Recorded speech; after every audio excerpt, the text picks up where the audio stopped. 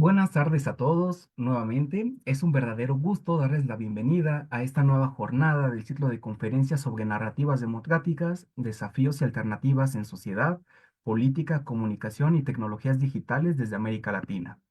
Este ciclo ha sido posible gracias al trabajo del proyecto de investigación y cuenta con el valioso respaldo de la Coordinación de Investigación de la Facultad de Filosofía y Letras de la Universidad Nacional Autónoma de México.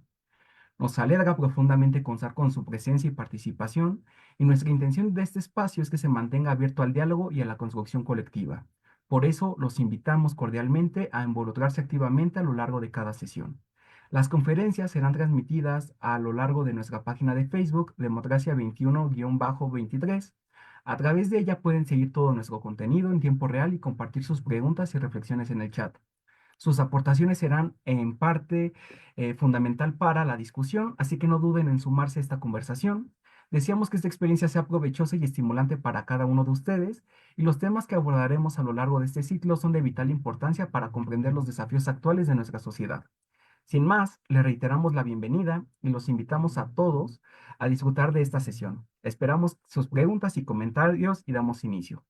Por tanto, hoy tenemos el privilegio de presentar a la ponente, a la ponencia titulada Imaginarios y prácticas electorales en el Oriente Antioqueño, insumos para comprender desde las redes sociales las elecciones.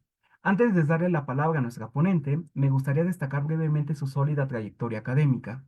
La doctorante Daniela González García es comunicadora social, magíster en gerencia del desarrollo social por la Universidad EAFIT y actualmente cursa el doctorado en comunicación en la Universidad Católica de Argentina. Es docente investigadora del programa de comunicación social de la Universidad Católica de Oriente en Río Negro, Antioquia, y lidera el grupo de investigación Comunis. Sus investigaciones se han enfocado en áreas como la comunicación para el cambio social, el arte y la memoria y los medios de comunicación. Es un verdadero honor contar con su participación, maestra, y sin más preámbulos, le cedo la palabra. Muchísimas gracias, Ángel. Bueno, bienvenidos a todos. Un placer estar acá y compartir con ustedes. Hoy les voy a compartir un poco de una serie de investigaciones que hemos estado trabajando sobre temas relacionados con democracia, imaginarios y diversos medios de comunicación. Hoy particularmente vamos a hablar del contexto del Oriente Antioqueño, que ahorita voy a dar como una breve introducción. Esto queríamos mirarlo cómo se reflejaba a nivel territorial, cómo ese cambio de paradigma a nivel país se empezaba a reflejar en estas elecciones locales, en ese análisis retrospectivo de cuál había sido la tendencia electoral en en la región y cuáles habían sido esos factores determinantes que podíamos ver en esa contienda electoral. Entonces, Antioquia, el departamento donde está ubicado el Oriente Antioqueño, es uno de los principales departamentos de Colombia, aporta a nivel nacional, es el segundo contribuyente al PIB, al Producto Interno Bruto, y el Oriente Antioqueño, después de Medellín, es el que más también genera al Producto Interno Bruto de Colombia. Deme un segundo, que es que tengo, qué pena, tengo sensor de movimiento y me quedé muy quieta.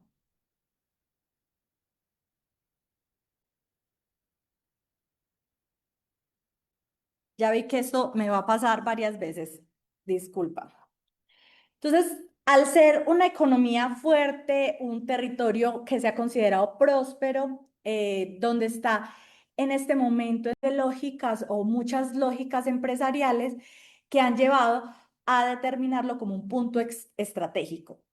Entonces, la zona, aunque tiene toda esta expansión, aunque ha crecido muchísimo, sigue siendo una zona caracterizada por la alta religiosidad, sigue teniendo una población altamente católica y de valores tradicionales, conservadores, por lo cual concentra una idiosincrasia que pese a estos fenómenos de modernización, permanecen esas lógicas tradicionales en los municipios y entre más alejados están como del centro, de los centros empresariales y de los centros urbanos, la religiosidad es aún mayor. Entonces, esto ha generado que sea una sociedad predominante en el status quo, en mantener las costumbres, en mantener esa ideología conservadora, y queríamos mirar eso cómo se transformaba en imaginar. que ahí entra el concepto de lo imaginado.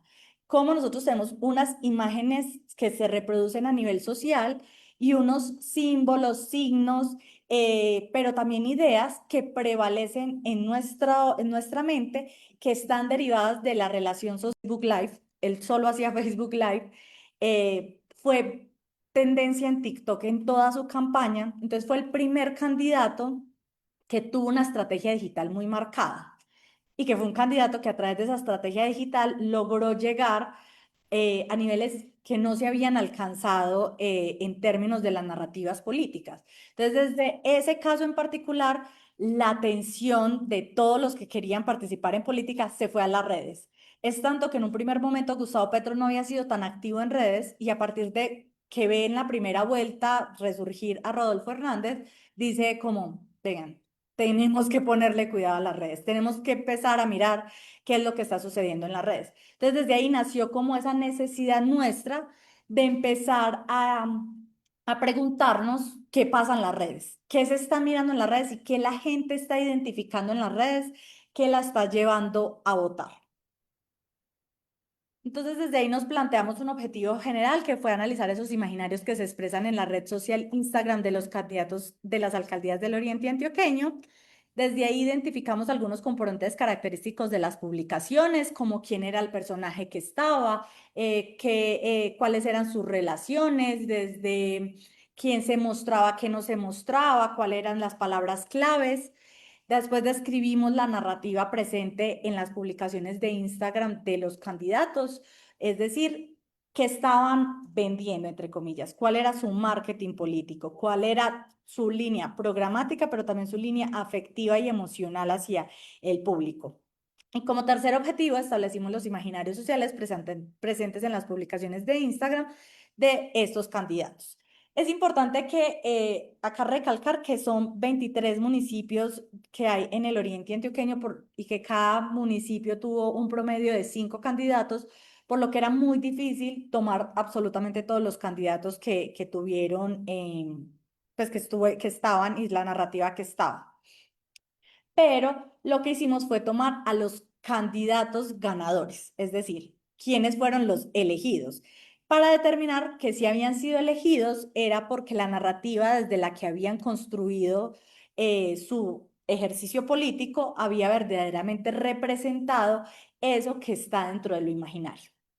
Entonces, verdaderamente hicimos un análisis del último mes y medio de las publicaciones de estos candidatos en la red social, de esos candidatos ya ahora gobernantes de la red social Instagram. Entonces, en el marco referencial tenemos a Cornelius Castoriadi, que habla del imaginario social como la creación de significados, la creación de imágenes y figuras que son soporte dentro de la línea ideológica. Y cuando digo ideológica, no solamente es política, sino a nivel social, como es el lugar de significación, de imágenes, de figuras, de sentires, de apreciaciones que tenemos en términos simbólicos hacia un una palabra, una concepción particular. El mejor ejemplo imaginario es cuando yo, en el caso de Colombia sucede, vamos a ver si en el resto de países sucede igual, uno hace el ejercicio y le dice, imagínate casa, imagínate familia. Cuando uno le dice, imagínate casa, te puedes imaginar cualquier casa. Pero cuando te digo, imagínate familia, ahí uno puede ver una concepción imaginada. Una es imaginarse su propia familia, que es, hay un significado instituyente, es decir, instituyes en tu imaginario inmediatamente tu propia familia, o si tienes un imaginario más recalcado por lo social, te imaginas una familia hegemónica, pero no es la tuya.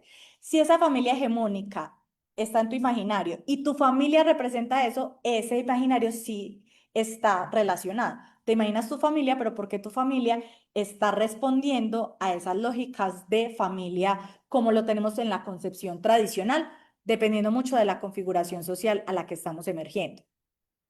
Los imaginarios sociales también se asocian en términos de colores, cómo representamos a través del color ciertas emociones, por ejemplo, o ciertos lugares. Es muy a través de los sentidos, esa imagen visual o ese pequeño momento en el que nosotros llegamos a sentir una representación sobre algo. Eso funciona muchísimo en los países, por ejemplo, por cómo nos imaginamos a Colombia. Colombia es un país que normalmente la gente, si yo digo, color que se imagina Colombia, la mayoría de la gente llega a amarillo. ¿Por qué? Porque es un color que está muy marcado dentro de la bandera.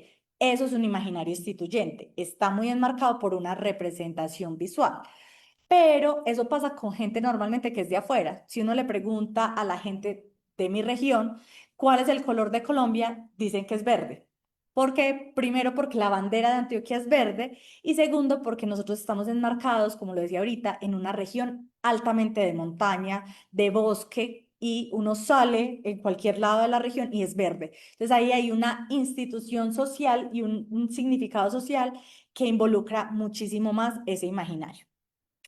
Dentro de prácticas electorales entendemos que las elecciones es un lugar de la democracia que nos sirve para seleccionar esos representantes y delegar autoridad. Por eso normalmente votamos por alguien que represente ese imaginario que nosotros tenemos de autoridad. No votamos por alguien que no nos represente autoridad. Es tanto que para llegar al ejemplo de lo que hablaba ahorita de Rodolfo Hernández y Gustavo Petro, un asunto que le jugó en contra a Rodolfo Hernández a estar casi en la presidencia, a pasar a ser el segundo dentro de la votación, fue que era un señor de mucha edad. Y en los últimos meses de campaña empezó pues a mostrar esa debilidad propia de la edad y empezó a perder autoridad. Otro asunto que jugó muy en contra de él fue un video que salió de él en una fiesta en un yate con unas chicas. Para mí ese es como el momento donde la campaña se rompe porque él había construido una imagen muy moral de él, como soy un hombre de negocios, soy un hombre de familia. Entrevistaron a su mamá que tenía como 97 años, se había representado muy desde ahí y cuando él se muestra en ese tipo de fiestas con otro tipo de mujeres, rompe ese nivel de autoridad, que en Colombia el imaginario moral es supremamente importante. Que hoy, no sé si conocen, hoy en Colombia tenemos una crisis reputacional del presidente por un asunto netamente moral, no del cargo, no de corrupción, sino un asunto netamente desde la moralidad. Ese es un asunto imaginario que repercute particularmente dentro de las prácticas electorales. Entonces, cuando como delegamos en las prácticas electorales autoridad, pues ahí hay una serie de imaginarios que son muy fuertes. Entonces, en este sentido más amplio, consideramos que son una técnica en cuanto a su papel e importancia para la democracia, pero funcionan de acuerdo a un método y a un contexto social. Y bueno, y el Oriente Antioqueño, ya lo habíamos enmarcado, es una región católica, religiosa, básicamente centrada en los principios morales, todavía muy enmarcada en la familia tradicional, en el matrimonio, o sea, tiene unas lógicas bastante particulares en cuanto a lo conservador. Entonces, desde ahí enmarcamos una investigación de tipo cualitativo, de un alcance descriptivo y usamos un método hermenéutico a través del análisis particular de, de unas categorías y subcategorías que estaban representadas o queríamos ver representadas a través de cada uno de los ganadores, candidatos ganadores a las elecciones en 2023. Los sujetos de esta investigación fueron los candidatos a la alcaldía que ganaron, que fueron elegidos en las votaciones.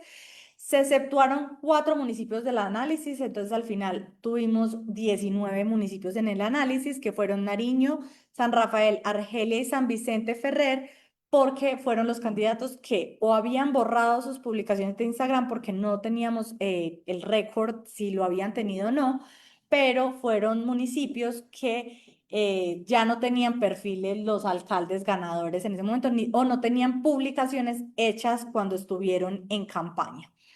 Es importante recalcar que estos son 4 municipios que se encuentran mucho más lejanos a las zonas urbanas principales y eso ha determinado que, que también pueda que el tema del acceso y la brecha digital fuera mucho más amplia o mayor.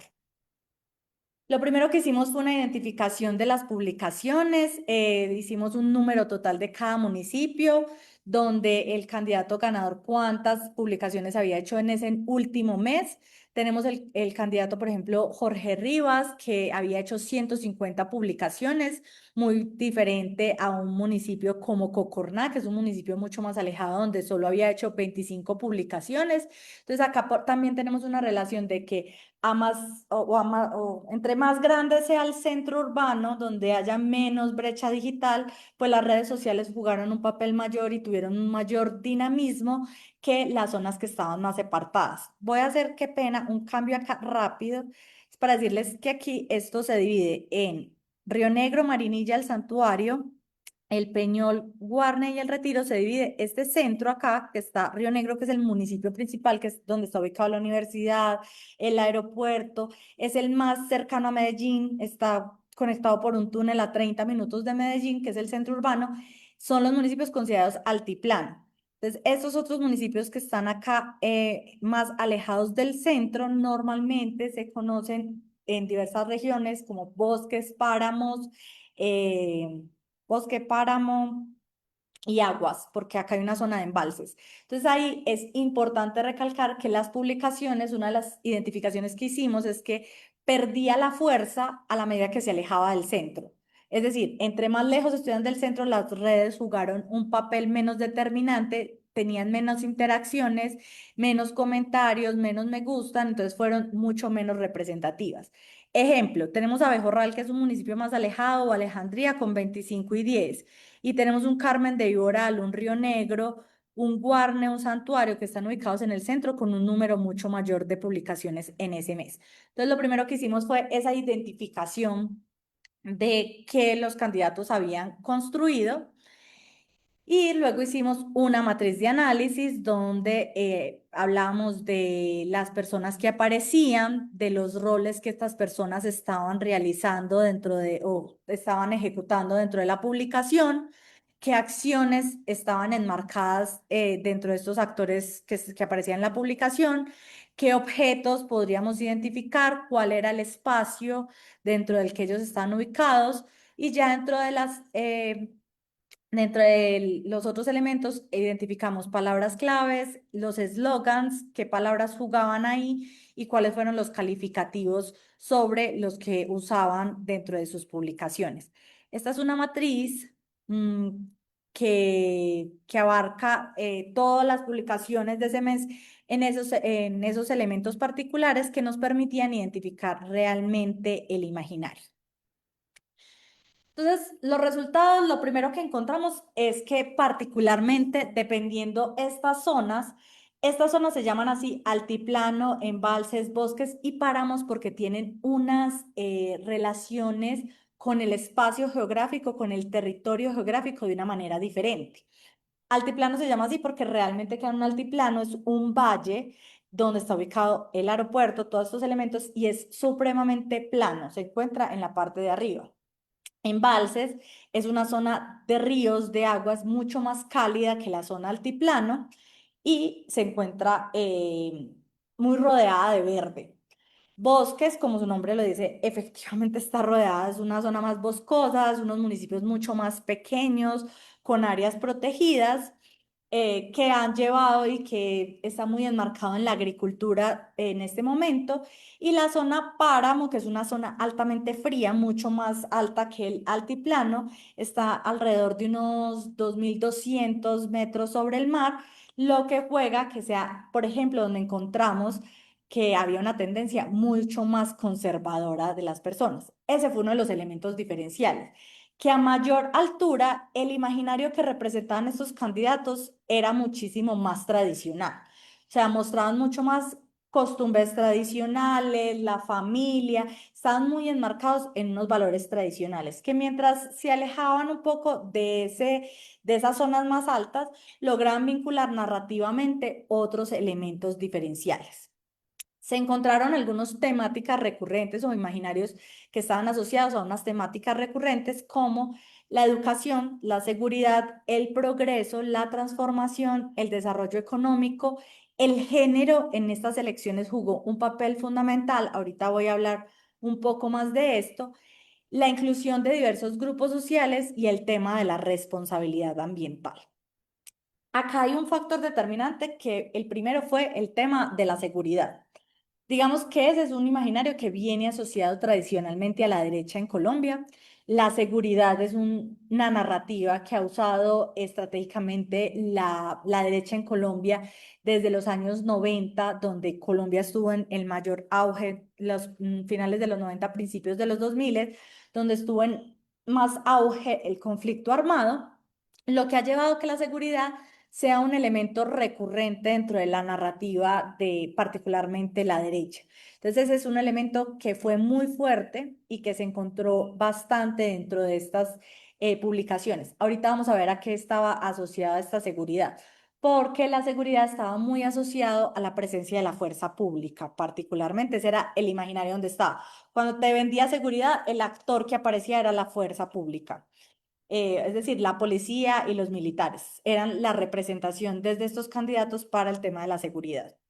Otro tema esencial dentro de, que ese sí fue muy a nivel de la región, es el tema del progreso o del desarrollo económico. Fueron dos elementos que son supremamente esenciales dentro de la construcción de la narrativa. Esto nosotros lo asociamos a lo que decía en un principio, que ha sido una región que ha crecido a nivel empresarial eh, significativamente. Muchas empresas que estaban ubicadas en Medellín y hasta en Bogotá se han trasladado a la región, lo que ha hecho que, por ejemplo, Río Negro haya tenido en 15 años una expansión a nivel de infraestructura bastante significativa también. Entonces, creación de dobles calzadas, creación de grandes centros comerciales, edificios, cosas que no se veían en la región hace unos 15, 20 años. Entonces, muchas de los otros municipios lo que tomaron fue ese progreso y ese desarrollo como un modelo para vender del que tiene Río Negro. Entonces, como ese centro urbano, ese centro empieza a influir también en el imaginario de las periferias. Entonces, cómo se empieza a narrar, vamos a traer dobles calzadas, vías de doble calzada, vamos a traer edificios, vamos a traer universidades a el municipio, pero teniendo muy en el espejo a ese centro que es Río Negro.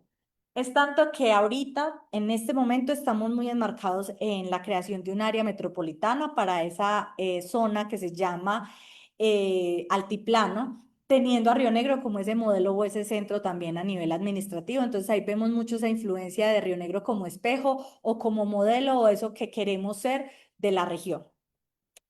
El tema de la inclusión de diversos grupos sociales es que el tema de niñez, de campesinado, tomó una relevancia importante dentro de la narrativa, se convirtieron en actores importantes dentro de la construcción de la narrativa política y uno que nos sorprendió, los mostraban en sus publicaciones, o sea, reuniones con estos grupos religiosos, lo que jugó, grupos religiosos católicos, lo que jugó ese papel determinante.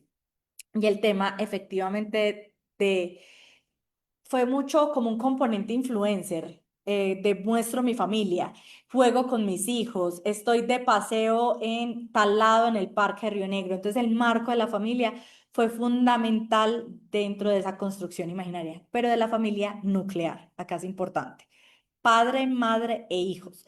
Es tanto que el candidato de Sonsón no es el candidato hoy alcalde de Sonsón no está casado, no tiene hijos y era en los comentarios encontramos que era una queja constante de la población, como para cuando el matrimonio, para cuando se casan y era como algo que el mismo votante le pedía. Entonces él, todas las publicaciones empezó a montarlas con su mamá y su papá y a plantear que es por su vida académica que aún no forma una familia, pero que era su gran sueño. Y eso muy enmarcado dentro de su narrativa, el sueño de tener familia, que así no la tuviera, pues era el deber ser.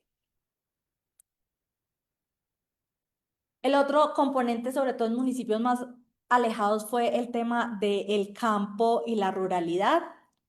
Cumplieron un papel determinante dentro de lo que se mostró, cómo se mostraba el campesinado, cómo se mostraba el candidato en el campo, lo que nos sigue mostrando que el tema de la agricultura, del campesino y de la ruralidad es un elemento esencial.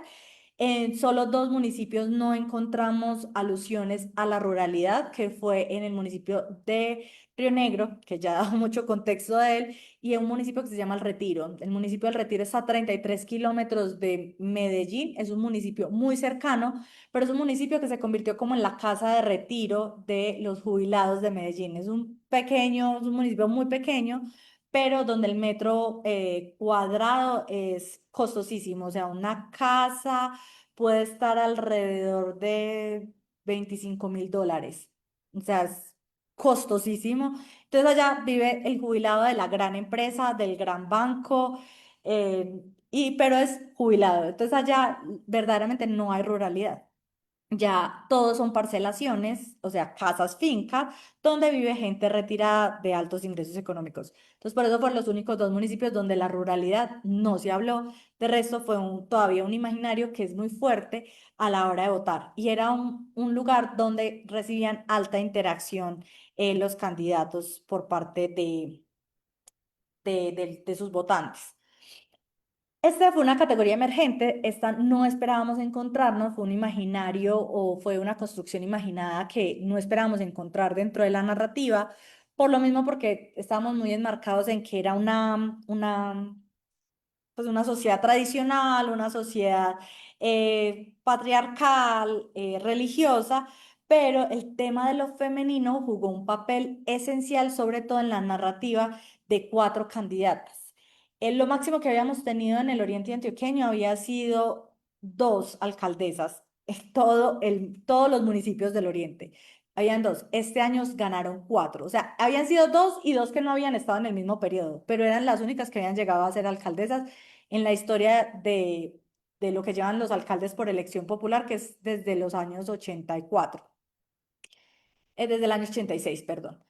Este año, en el 2023 resultaron cuatro alcaldesas electas y en todas el tema del empoderamiento femenino era la narrativa más esencial, muy desde la narrativa de la mujer, pero la mujer desde la familia.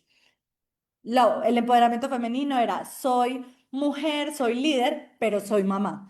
Estaba muy enmarcado en eso, era empoderamiento femenino, pero soy empoderada, pero soy madre. Estaba muy enmarcado en esas dos lógicas, entonces tenemos estas cuatro candidatas, por eso normalmente las vemos muy rodeadas de niños y familia, pero fue una narrativa interesante de observar cómo se mostraba a esa mujer líder y a esa mamá líder y a ese personaje público. Entonces, la mujer jugó un papel fundamental, sobre todo en la narrativa de esas cuatro alcaldesas. Entonces, dentro de las conclusiones, creo que no quedan muchas dudas de ellas, es que los valores familiares y religiosos siguen siendo pilares fundamentales en la estructura social y política de la región, sigue siendo un elemento esencial dentro de cómo se vincula desde el imaginario el candidato con sus audiencias y puede ser determinante a la hora de llevar a la gente al voto. La creciente visibilidad en temas del empoderamiento femenino y del desarrollo sostenible, no el desarrollo solamente desde progreso, sino empezar a pensar en eso responsable, en esa sostenibilidad.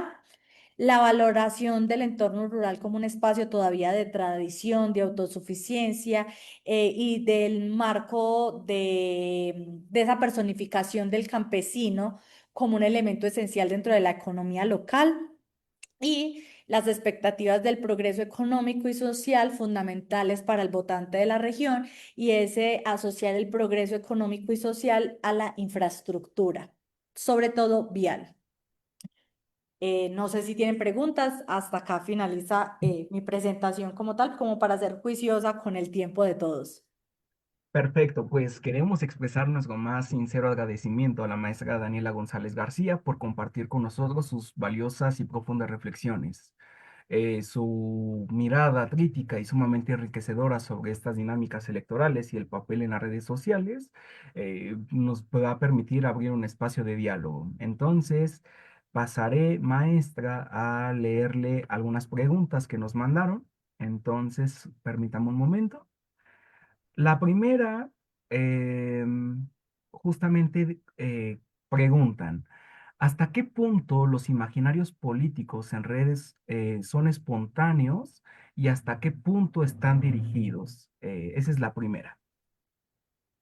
Bueno, para mí, cuando se piensa en una campaña de marketing político, y también lo dicen desde el aspecto teórico de cómo se estructura una campaña, hay dos asuntos esenciales, que es el asunto programático, que es básicamente cuáles mis propuestas, pero hay un asunto esencial que es el del ser humano. Es decir, cómo me presento, cómo ese nivel de autoridad y de representación para el otro. Entonces, todo lo que sale en redes sociales es planeado desde que sea construido por mi narrativa. Es lo mismo, un candidato se convierte en una marca.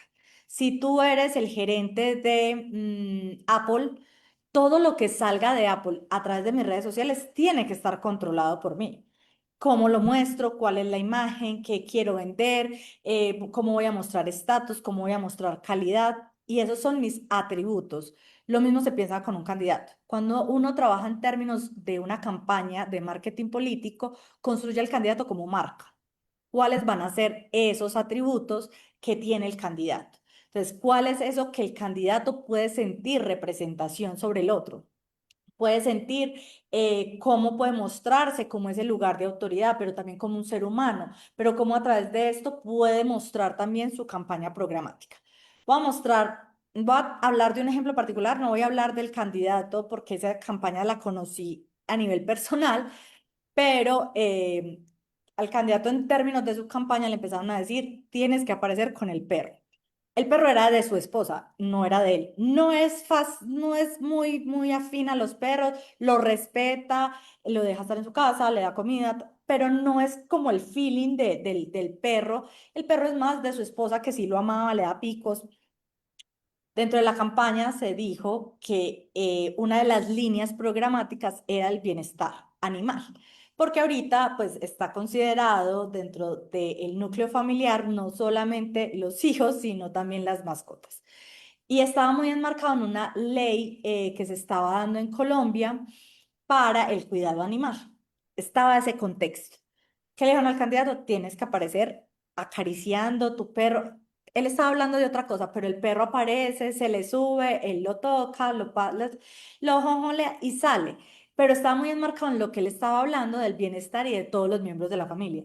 Él podía que no le gustara, pero él es un producto y eso le ayudó a implícitamente jugar con la mente del electorado con un elemento que para todos es supremamente llamativo, el perro. Además, el perro era hermoso, entonces obviamente todo el mundo comentó que cómo se llamaba el perro, generó un montón de interacción donde la gente estaba muy interesada por el perro. A partir de ahí, el perro se convirtió en un elemento esencial en la campaña. Apareció en vallas, se convirtió en la imagen de toda la línea de cuidado animal. Oh, muchísimas gracias, maestra. Y justamente algo que va de la mano con la siguiente pregunta, nos comentan si los representantes políticos se construyen como productos de marketing en redes sociales, ¿qué tipo de ideologías resultan más influenciadas o favorecidas por esta lógica mediática? Yo creo que eso ahí es donde juega un papel fundamental el imaginario. ¿Por qué? Porque si no hay un contexto social, un imaginario social, unos significados compartidos a nivel de la sociedad, no se puede leer ese producto o ese producto candidato. Tiene que haber algo que conecte con la narrativa, que haga ese clic para que esto que me habla el candidato, esto que me muestra el candidato, realmente yo lo refleje en algo que quiero votar, en algo a lo que quiero pertenecer. Yo hablo mucho del caso porque esa fue otra investigación que hicimos, que fue el de las elecciones presidenciales, y es si Gustavo Petro no se hubiera lanzado después de un estallido social en Colombia, donde hubo todo un contexto simbólico a través de un estallido, donde la fuerza pública fue violenta, donde hubo una persecución a líderes políticos, donde hubo una mm, se me fue la palabra, perdón, donde los medios de comunicación no mostraban la realidad, sino que la gente le tocó hacer transmisiones en Instagram para mostrar lo que estaba pasando en su ciudad, la persecución de la policía, del ejército, las matanzas que se estaban dando, probablemente Gustavo Petro no hubiera llegado al poder. ¿Por qué? Porque él llegó con un discurso que en el momento en el que estaba Colombia calaba muy bien. hacía clic. El tema de los derechos humanos, el tema de las reformas sociales, el tema del cambio, porque su campaña estuvo enmarcada en el imaginario del cambio, y por eso en ese momento fue votado. Yo creo que si no hubiera pasado un estallido social un año, año y medio antes, no hubiera llegado Gustavo Petro al poder, porque ahí se construyeron un montón de imaginarios y generaron un montón de necesidades enmarcadas en lo que él proponía y lo que él representaba. Interesante esto que comenta, maestra. Justamente para ir finalizando, nos gustaría que nos diera una conclusión, algún cierre, como una suerte de reflexión para que la audiencia se lleve. ¿Qué nos podría comentar? Bueno, para mí es importante que en términos de la investigación en comunicación, los medios de comunicación, tanto digitales y no digitales, siguen siendo un lugar simbólico. Nosotros muchas veces dentro de las narrativas de los que estudiamos comunicación, investigamos sobre comunicación, ya no tenemos la atención centrada en lo que nos muestran los medios. Para mí es esencial pensarnos los medios como ese espejo, ese lugar de referenciación. Y los medios, ya no hablo solamente de la radio, la televisión, la prensa, ahorita las redes sociales son un lugar donde encontramos significados, encontramos imaginarios, representaciones sociales, y creo que la investigación en comunicación es esencial para entender esto cómo se está representando. Y esto nos da un balance de la generalidad desde la particularidad, el medio cómo lo muestra y si la gente consume el medio, cómo eso nos está representando un contexto social. Voy a hacer un ejemplo un poco más puntual y menos político. No sé si han visto la noticia de lo que pasó con la película Cónclave del lunes a hoy. No, Voy a buscar la noticia. Es la película más reproducida en este momento en plataformas digitales. Es que no tengo el dato, espérate, yo busco aquí en Google Noticias. La noticia que leí hoy, la película Cónclave aumenta en un 283% sus visualizaciones tras la muerte del Papa. Los medios respondiendo a una lógica del entorno. Entonces, Cónclave es una película del año pasado, pasa muy desapercibida, se lanza en cines este año, obviamente con el tema de los Oscars es una película que tiene algunas repercusiones, pero la habíamos olvidado. Con la muerte del Papa, crecen un 283% sus reproducciones en 4 días. Ahí vemos, los medios son un espejo, una representación. Desde eso podría ser un análisis microsociológico, desde ese micro podemos expandirlo al macro. Sigue siendo un lugar de significación. Los medios siguen convirtiéndose en ese lugar donde se ven la identidad, donde la representación, el imaginario sigue estando potente y sigue estando presente. pues le agradecemos muchísimo, maestra. Justamente antes de concluir, pues queremos tomar este espacio para despedirnos y agradecerle profundamente por su compañía durante esta jornada. Y ha sido un honor contar con su presencia y participación en esta conferencia tan enriquecedora, ¿no? Nuevamente le reiteramos a la maestra Daniela González García por su intervención tan generosa y por compartir con nosotros sus conocimientos. Y ha sido un honor tenerla con nosotros. Les recordamos que la próxima semana continuamos con nuestro ciclo de conferencias a las 6 p.m. y nos encantaría volver a contar con la presencia de todos. Para mantenernos al tanto de nuestras próximas actividades, los invitamos a seguirnos en nuestra página de Facebook, Democracia 21-23, donde estaremos publicando toda la información relevante. Nuevamente, ¿no? Muchas gracias por acompañarnos. Esperemos que tengan una excelente tarde todos y nos estamos viendo para la siguiente, ¿vale?